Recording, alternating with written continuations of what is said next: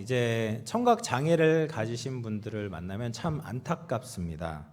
모든 감각이 다 중요하지만 이 듣는 것은 사람과 사람 사이의 소통에 있어서 이제 뗄래야 뗄 수 없는 거죠. 그래서 예전 교회에서 이제 전화로 이제 신방을 하다 보면은 이제 귀가 어두워지시잖아요. 나이 연세가 드시면 귀가 어두워지셔가지고 사무실에서 소리를 질러도 이제 들으실 수가 없는 겁니다. 그래서 제가 아무리 안부를 묻고 또 위로를 드리고 사랑의 인사를 전하고 싶어도 들으실 수가 없는 거예요. 그래서 참 답답하고 안타까운 마음이 드는 겁니다. 근데 이렇게 소통이 막히게 되면 어떻게 됩니까? 점점 멀어지게 되다가 결국에는 이제 관계가 끊어지게 되는 것이죠. 근데 사무엘이 태어난 시대가 하나님과 소통이 사라지고 끊어진 시대였다라는 거예요. 사사기 21장 25절 말씀 보면 그때 이스라엘의 왕이 없으므로 사람이 각기 자기 소견에 옳은 대로 행하였더라 라고 말씀합니다. 이게 사사시대의 영적 진단이었죠. 여러분, 이스라엘에 왕이 없었습니까? 아니죠. 하나님께서 이스라엘 백성들을 구원해내시고 그들에게 땅을 정복하게 하시고 하나님께서 유일한 이스라엘의 왕이 되셨습니다. 그래서 그렇게 하나님께서 말씀하시면서 그 말씀으로 이스라엘 백성들을 다스리기를 원하셨습니다. 근데 이스라엘 백성들이 그 하나님을 무시하고 하나님의 말씀을 듣지 않고 반복해서 죄를 저지르는 겁니다. 그렇게 하나님의 말씀을 듣지 않게 되자 신앙의 암흑기를 맞이하게 되는 것이죠. 그런데 그 사사시대의 모습이 현재의 우리 모습과 매우 닮아 보입니다. 여러 면에서 이 사회는 어두워진 것 같습니다. 근데 그 가장 중요한 이유는 하나님의 백성들이 이 세상 사람들과 별반 차이가 나지 않기 때문입니다. 어제 이제 구역신방을 하는데 한 집사님께서 겪으셨던 이제 과거의 집주인과의 그 안 좋은 기억에 대한 이야기를 말씀을 하셨어요. 근데 그 집주인이 누구였냐면 이제 목사님 부부셨대요. 근데 이제 집에서 지내는데 비가 오면 막 물이 줄줄 새는 겁니다. 그래서 이제 목사님 부부에게 당연히 이야기를 해야 되죠. 이거 이런 상황인데 좀 고쳐달라 얘기를 했더니 오히려 적반하장식으로 그런 거를 왜 얘기를 하냐. 참고 지내야지 라고 이야기를 하면서 핀잔을 주었다고 합니다. 그러면서 이제 그분도 그렇고 그분의 이제 남편분도 굉장히 상처를 받으셨다. 근데 그 이야기를 들으면서 목사인 제가 얼마나 얼굴이 뜨뜻해졌겠습니까? 참 부끄러웠습니다. 믿는 사람이 게다가 목사가 어떻게 그런 부도덕한 일을 상식에 맞지 않는 일을 할 수가 있는가 참 안타까웠습니다. 근데 그것이 그분만의 모습이 아니라 사실은 우리들의 모습 아니겠습니까? 예수님 믿는 사람들이 예수님의 향기가 나타나지 않는 거죠. 우리에게 있어서 양보하고 희생하고 섬김의 모습이 보이지 않는 겁니다. 예수님을 위해서 싸우는 것이 아니라 자기 이익을 위해서 싸우는 거예요. 기도해서 싸우고 철야해서 싸우고 금식해서 죽기 살기로 내 이익을 얻고자 싸우는 것이 우리의 모습입니다. 그러니까 이 세상 사람들이 너희들이 말은 다르다고 하는데 실상은 우리와 똑같다. 그러면서 손가락질을 하는 것이죠. 그러면 우리가 거룩하게 구별되기 위해서 어떻게 해야 되겠습니까? 자기 소견에 옳은 대로 행하는 것이 아니라 거룩하신 하나님의 말씀을 들어야 되는 거죠. 왕의 말씀대로 살아야 되는 겁니다. 내 죄성대로 살아가는 것이 아니라 하나님의 말씀을 들으며 살아가게 될 때 우리의 삶을 통해서 하나님을 증거할 수 있는 거죠. 작은 예수로 세상에 빛을 비출 수 있게 되는 겁니다. 이 사사시대의 캄캄함을 잘 반영하는 것이 바로 제사장 엘리에 대한 묘사입니다. 그래서 오늘 이 전문 맥을 보면 사무엘상 3장 2절에 이렇게 이야기합니다. 같이 한번 읽어보겠습니다. 시작. 엘리의 눈이 점점 어두워 가서 잘 보지 못하는 그때에 그가 자기 처소에 누웠고. 네, 엘리의 눈이 어떻게 됐어요? 점점 어두워져 갔다.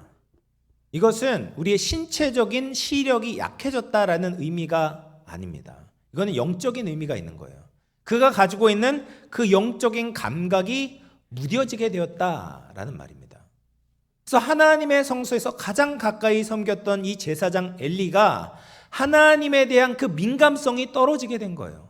다르게 이야기하자면 더 이상 하나님의 말씀을 들을 수 없게 되었습니다. 그러면 다른 백성들은 오죽하겠습니까? 그런데 그렇게 영적으로 어두워진 시대에 하나님의 등불이 아직 꺼지지 않았다라고 말합니다. 3절 말씀, 3장 3절입니다. 같이 한번 읽어보겠습니다. 시작. 하나님의 등불은 아직 꺼지지 아니하였으며 사무엘은 하나님의 궤에 있는 여호와의 전안에 누웠더니. 아멘. 여러분, 누가 있어요? 사무엘이 있는 겁니다. 여러분, 하나님의 등불을 밝히는 것은요, 어떤 특별한 시스템이 아니에요. 화려한 건물이 아닙니다. 한 사람을 통해서 하나님의 등불이 꺼지지 않고 다시 타오르게 되는 겁니다. 하나님의 말씀을 들을 수 있는 한 사람이 필요한 것입니다. 하나님의 말씀을 믿음으로 사는 남은 자들이 있다면 하나님께서는 역사를 일으키실 수 있는 겁니다. 우리 영암교회도 사무엘과 같은 사람들로 가득해지기를 소망합니다.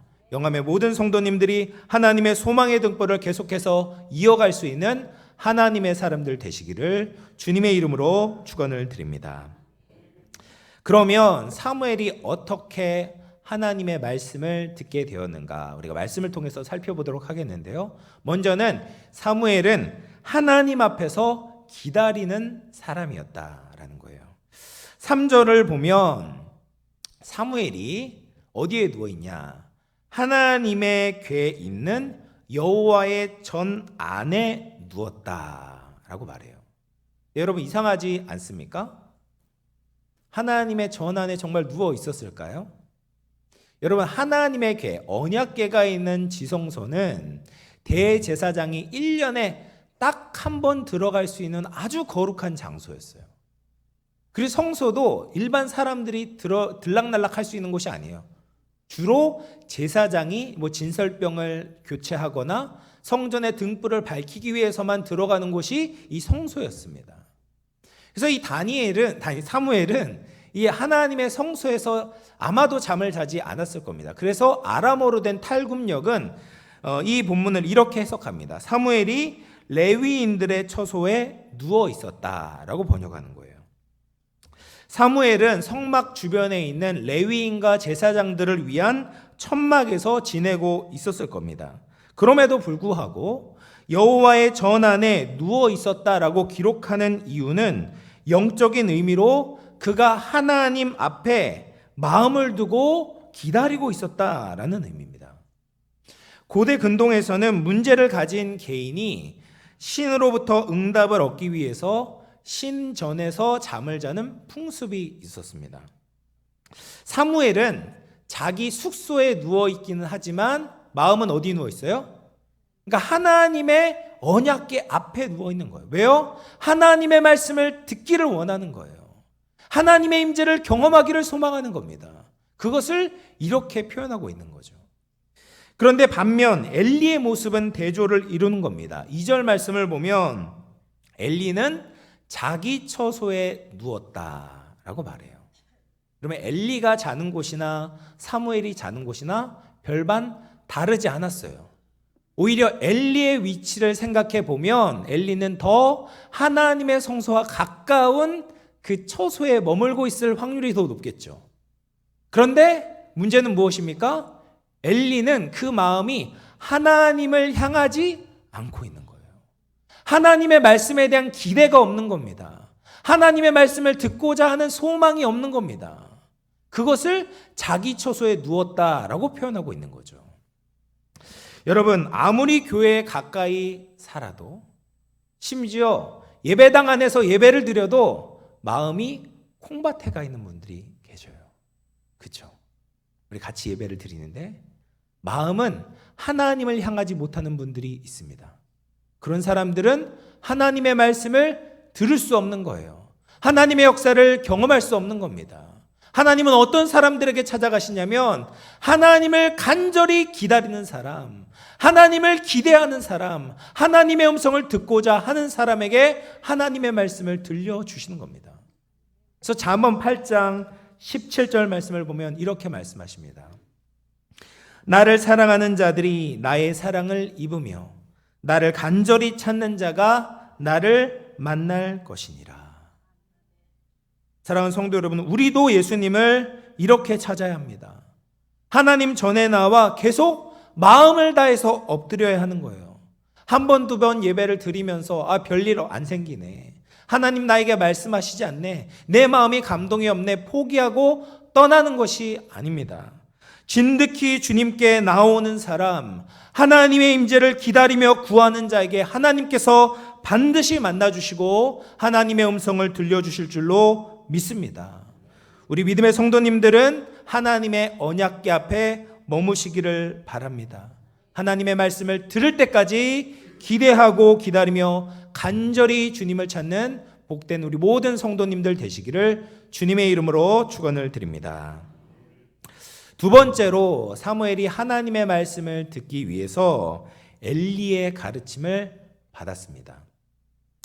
하나님께서 사무엘을 부르셨잖아요. 사무엘아, 사무엘아. 그런데 사무엘이 그 음성을 듣고 그게 누가 불렀는지를 몰랐습니다. 그래서 먼저 엘리에게 찾아가는 거예요. 그래서 3장 5절에 보면 엘리에게로 달려가서 이르되 당신이 나를 부르셨기로 내가 여기 있나이다. 엘리는 안 불렀잖아요. 그래서 그가 이르되 나는 부르지 아니하였으니 다시 가서 누워라, 잠이나 자라 라고 이야기를 했습니다. 근데 두 번째 또 하나님께서 사무엘을 똑같이 부르셨습니다. 근데 이번에도 사무엘은 엘리가 불렀는 줄 알고 엘리에게로 달려가는 거예요. 이번에도 엘리는 대수롭지 않게 사무엘을 돌려보내는 거예요. 세 번째, 사무엘아, 사무엘아 또 부르시는 겁니다. 근데 이번에도 사무엘은 하나님의 음성인지 구별하지 못하고 또 엘리에게로 찾아가는 거예요. 근데 엘리는 아는 거죠. 이게 사무엘을 하나님께서 부르시는구나. 사무엘아, 네가 어떻게 하나님께 응답해야 되는지 내가 일러주겠다. 자세한 지침을 가르쳐 주는 것입니다. 사람은 한순간에 성장하거나 성숙하지 않습니다. 하나님께서 엘리의 지도하에 아이 사무엘을 자라게 하신 이유가 있습니다. 지속적인 교육과 훈련을 위해서는 주위의 사람들의 도움이 필요한 겁니다. 하나님의 사람들은 산에 들어가서 혼자 돌을 닦고 수련을 한다고 해서 신앙이 자라거나 성숙한 것이 아닙니다.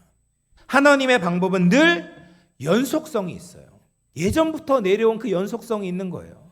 그리고 역사성이 있습니다. 그리고 사회성이 있는 겁니다.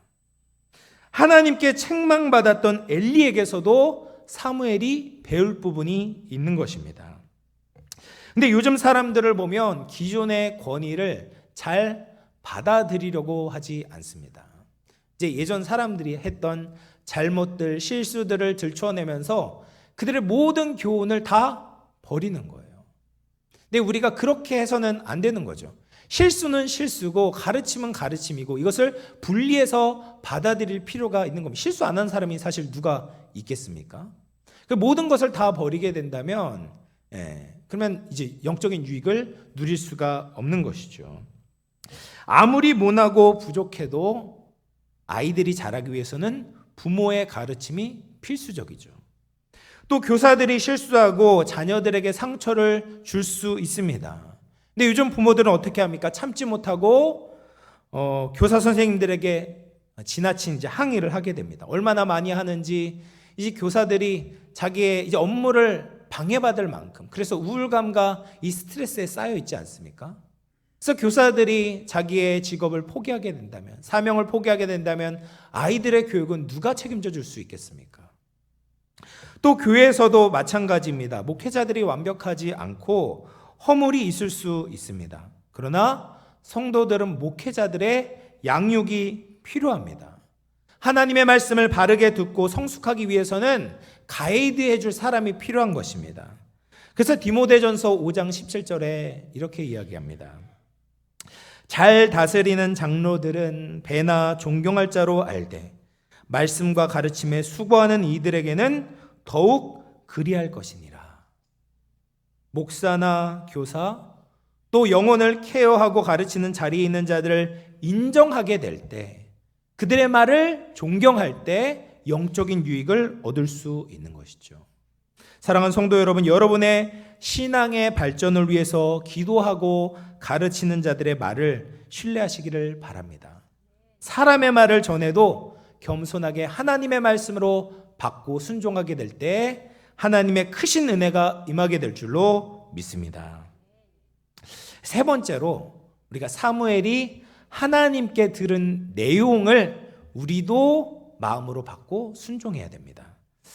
여러분, 이 하나님께서 이제 네 번째로 사무엘에게 나타나셔서 불렀을 때 사무엘이 엘리가 가르쳐 준 것처럼 하나님께 대답을 하죠.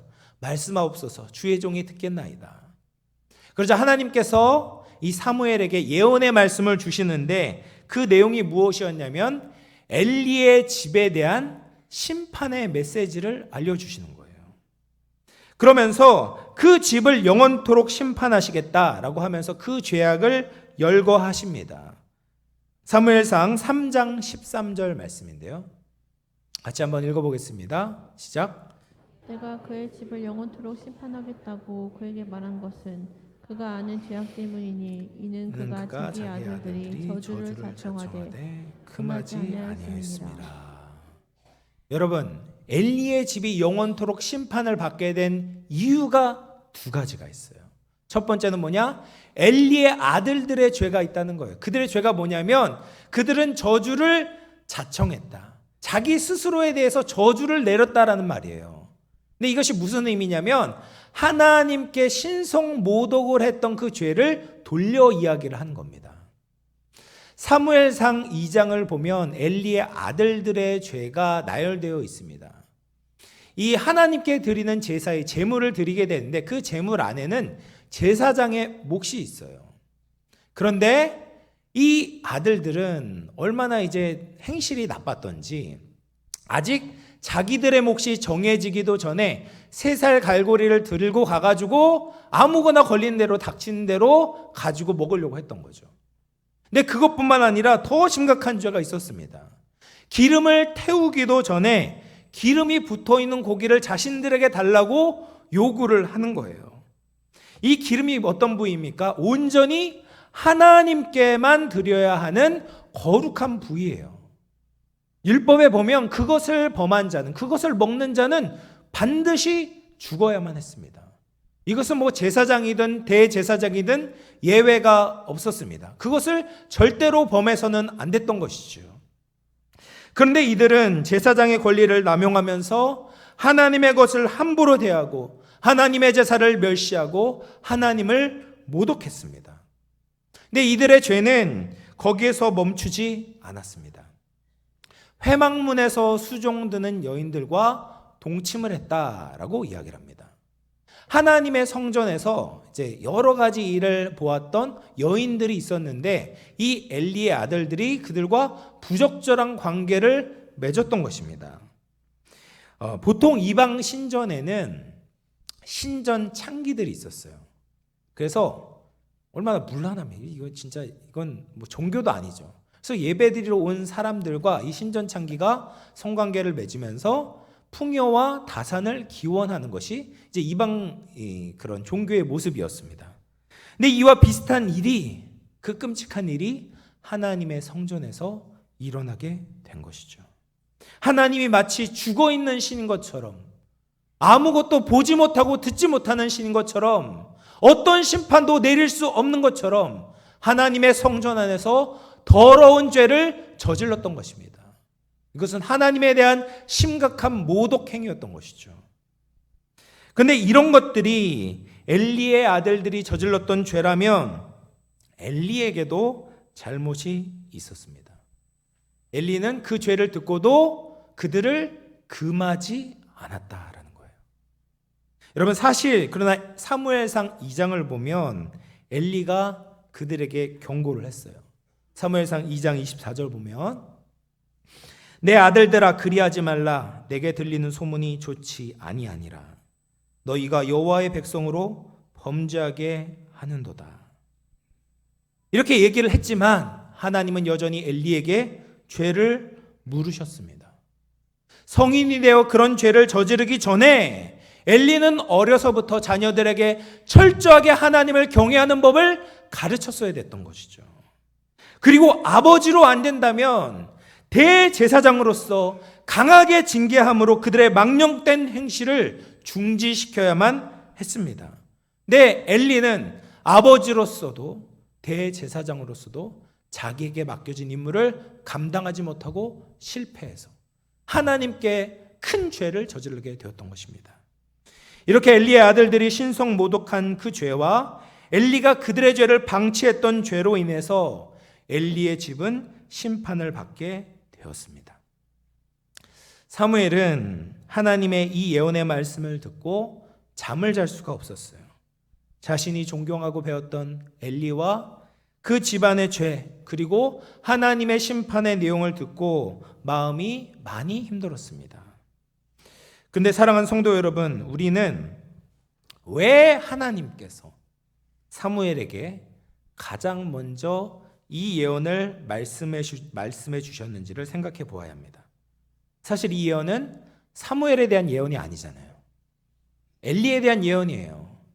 그리고 엘리가 이 사실을 몰랐냐? 아니에요. 바로 전에 2장 마지막 부분을 보면 다른 무명의 선지자가 이미 엘리의 집에 대한 심판을 전해 주었습니다. 엘리가 이미 알고 있었어요.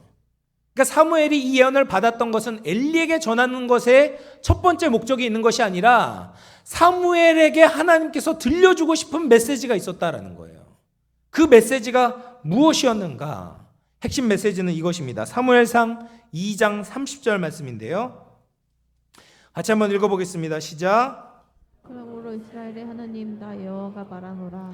내가 전에 내 집과 내 조상의 집이 내 앞에서 영원히 행하리라 하였으나 이제 나 여호와가 말하노니 결단코 그렇게 하지 아니하리라. 나를 존중히 여기는 자를 내가 존중히 여기고 나를 멸시하는 자를 내가 경멸하리라.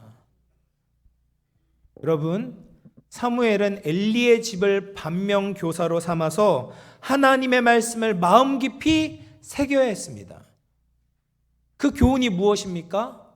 아무리 대제사장이라고 해도 하나님을 멸시하게 되면 심판을 받게 되고 하나님을 존중히 여기면 하나님께서 그를 높이실 것이다 라는 신앙의 가장 기본적인 태도를 가질 때 하나님의 말씀을 들을 준비가 되는 것입니다.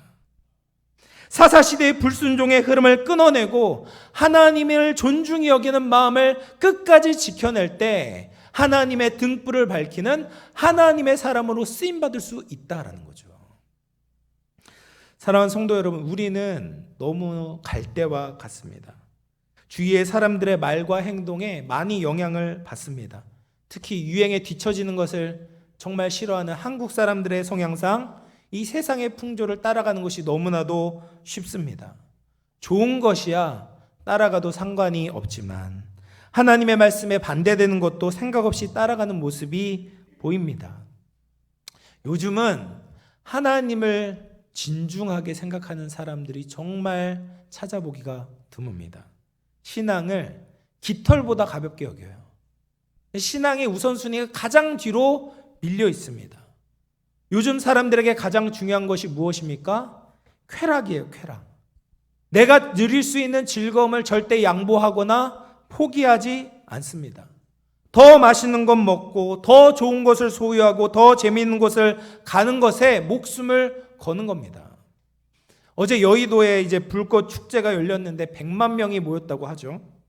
근데 어떤 사람들은 그 좋은 자리를 막기 위해서 전날 밤부터 와서 텐트를 치고 잠을 자는 겁니다. 또 어떤 사람들은 더 불꽃 축제를 잘 보기 위해서 100만 원이 넘게 돈을 들여가면서 뭐 좋은 아파트를 대여하기도 하는 겁니다. 자신의 즐거움을 위해서는 시간과 돈을 아끼지 않는 겁니다. 근데 성도들도 자기가 먹고 놀고 즐기는 것이 하나님보다 우선하고 있는 겁니다. 즐거움을 위해서는 하나님의 일을 뒷전으로 밀어두고 있는 것이죠. 그런데 엘리의 아들들이 저지른 죄가 바로 그것이었습니다. 그들이 특별한 죄를 저지른 게 아니에요.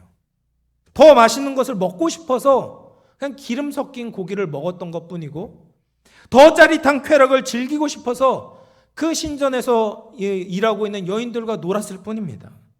그런데 그런 일상적인 즐거움조차 하나님을 섬기는 것보다 우선이 된다면, 하나님이 정하신 경계를 넘어가게 된다면 하나님을 멸시하는 큰 죄가 되게 되는 것이죠.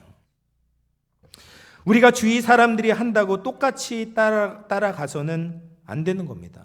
세상은 다 자기 마음대로 사는 것이 옳다고 이야기하지만 우리는 그렇게 사는 것이 아닙니다. 우리는 교회에서만 하나님을 예배하는 것이 아니라 교회 밖에서도 하나님을 예배해야 되는 겁니다.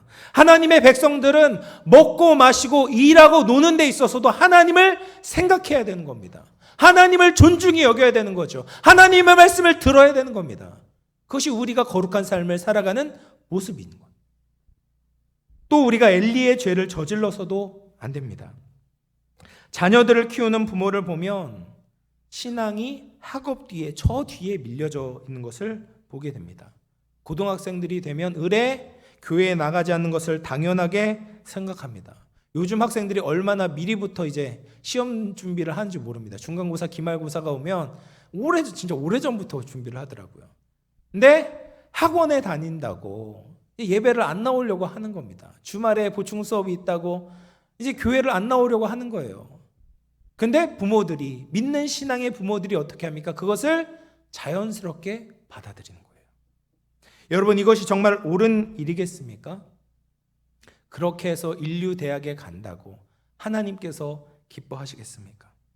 그러면 그 학생의 앞날이 어떻게 되겠습니까? 조금의 어려움이 찾아오더라도, 조금의 유혹이 온다고 해도 신앙을 헌신짝처럼 버리지 않겠습니까? 신앙보다 성공을 우선하는 인생이 되지 않겠습니까? 그렇게 우리 자녀들을 내버려 둔다면 엘리야와 같이 우리 자녀들을 망치는 죄를 저지르게 되는 것이죠. 우리는 우리 자신이 하나님을 존중히 여길 뿐 아니라 우리 자녀들도 하나님을 경멸하지 않도록 금해야 되는 겁니다. 지켜내야 되는 거죠. 자녀들은 자녀들 신앙이고 나는 내 신앙이다라고 쉽게 분리해서는 안 되는 겁니다. 여러분, 그것은 하나님의 심판을 가볍게 여기는 죄입니다. 정말 우리 자녀들이 벼랑 끝으로 떨어진다면 그냥 두시겠습니까? 아니죠. 생명을 걸고서라도 막아설 겁니다. 그렇게 망하지 않도록 축복의 길로, 생명의 길로 돌아오도록 최선을 다해서 그들을 설득할 것입니다. 하나님 전을 떠나지 않을 것입니다. 그런 각오를 담은 노력이 없다면 엘리가 하나님께 책망을 받았듯이 동일한 책망을 받게 되는 것이죠. 이번 주 금요일 저녁 8시에 온 세대 금요 기도회로 모입니다. 어른들이 왜 자녀들과 함께 예배를 드려야 될까요? 예배는 하나님의 말씀을 듣겠다는 신앙 고백이죠. 내 마음과 삶을 주님께 드리겠다는 가장 고귀한 행동입니다. 그렇게 부모가 진심으로 예배할 때 자녀들은 하나님을 존중히 여기는 태도를 보고 배우게 되는 거예요. 부모가 하나님 앞에 엎드려 기도하는 모습을 보고 자녀들은 하나님께 부르짖는 방법을 배우게 되는 겁니다. 부모들이 하나님을 향해서 박수를 치면서 기뻐 찬양하는 모습을 보고 자녀들이 찬양을 통해 기뻐하는 방법을 배우게 되는 겁니다. 부모는 자녀들의 신앙을 책임져야 되는 가장 중요한 주체입니다. 다른 어떤 것보다도 자녀들의 믿음에 관심을 가지고 그들을 영적으로 케어해야 합니다. 우리 자녀들이 사무엘과 같이 어려서부터 하나님의 전에 머물 수 있도록, 하나님의 말씀을 사모하고 들을 수 있도록 바른 길을 알려주고 함께 동행해야 될 줄로 믿습니다. 사랑하는 성도 여러분, 이제 말씀을 마무리하겠는데요. 사사시대에 하나님의 말씀이 희귀하고 하나님의 이상이 보이지 않았던 이유는 하나님이 말씀하시지 않았기 때문이 아니죠. 하나님은 사무엘에게 4번이나 말씀하셨어요. 사무엘이 듣지 않았다면 5번, 6번, 7번 계속해서 말씀하셨을 겁니다. 문제는 무엇입니까? 영적으로 우리의 눈이 어두워져 있는 거죠. 우리의 귀가 하나님께 닫혀져 있는 겁니다. 우리의 마음이 하나님 전에 머물지 않고 있는 것입니다. 그것이 문제이죠. 하나님은 지금도 이 세대를 향해서 외치고 계십니다. 그리고 그 외침을 듣고 순종할 사람을 찾고 계십니다. 하나님 앞에서 말씀을 간절히 찾고 기다리는 우리들이 되었으면 좋겠습니다. 가족들의 손을 잡고 자녀들의 손을 잡고 하나님의 전유로 나아오십시오. 그리고 겸손하게 목자의 말을 들으시기를 바랍니다. 하나님을 멸시하지 말고 하나님을 존중히 여기고 하나님의 말씀을 순종하는데 생명을 거십시오. 그러면 하나님께서 하나님의 말씀으로 우리를 찾아오시고 만나주시고 우리의 인생과 우리의 가정을 복되게 하실 줄로 믿습니다. 그렇게 사무엘과 같이 하나님의 등불을 밝힐 수 있는 우리 모든 영암의 성도님들, 가정들 될 수 있기를 주님의 이름으로 축원을 드립니다.